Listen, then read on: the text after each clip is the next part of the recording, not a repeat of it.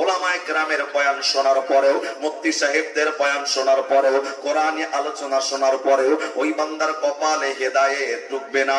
আমি আল্লাহ রাব্বুল আলামিন জানাইয়া দিলাম, নবী আপনি মানুষদেরকে বলে দেন কোন মানুষগুলা হেদায়েত প্রাপ্ত হবে আর কোন মানুষগুলা হবে না। আমি আল্লাহ কিন্তু জানি যারা হেদায়েত প্রাপ্ত হতে পারবে না, আমি আল্লাহ রাব্বুল আলামিন তাদের এই দুইটা চক্ষু আমি আল্লাহ বন্ধ করে দিয়েছি, দুইটা কান আমি আল্লাহ বন্ধ করে দিয়েছি, অন্তরের ভিতরে এমন একটা সিলমোহর আমি আল্লাহ মারছি, এই অন্তরের চতুর্দিক দিয়ে আমি আল্লাহ এমন একটা প্রাচীর নির্মাণ কইরা দিলাম, ওই সমস্ত মানুষদেরকে হাজারবার কালেমার দাওয়াত দিলেও এই মানুষগুলা কখনো হেদায়েত প্রাপ্ত হতে পারবে না। কথা আমার নয়, কোরআনে জানিয়ে দিয়েছেন কে?